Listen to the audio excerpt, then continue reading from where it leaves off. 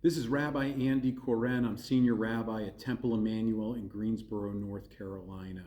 I'm just back from 3 days in Poland, a quick trip over there as part of a Jewish clergy mission with rabbis and cantors from around the United States, Europe, and Israel, all coming from the Reform movement of Judaism. We were over there, and in fact, earlier this week on Tuesday, we were at the border with Poland and Ukraine. The little that we could do. We brought some supplies with us, about 2 tons from our different communities. Like I said, about 30 of us were there. And we also raised funds within our communities. In total, close to $500,000 that was brought in order to provide some aid and supplies. But part of our reason for being there was to bear witness and to hear the stories up close. Those, of course, are stories that are documented in this news piece for the Greensboro News and Record. One of the other things I want to say is that Passover starts this evening.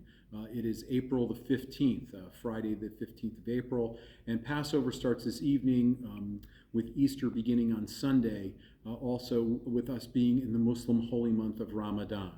And all I can say is that as a Jewish leader, as a rabbi, I'm going into Passover with the usual thoughts of freedom and getting out of Egypt, but my experience is also really highly colored by what I saw in Poland and what I saw seeing refugees coming over the border from Ukraine into Poland.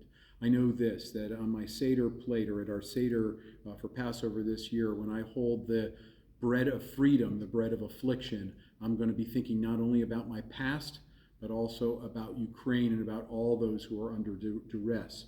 I know this, that while it's not traditional, we're going to be putting a beet on our Seder plate. Beet is one of the traditional foods of Ukraine, but it also is something that we turn to the Russians and say, I think it's time for you to beat it and to go home and stop beating and oppressing the people of Ukraine.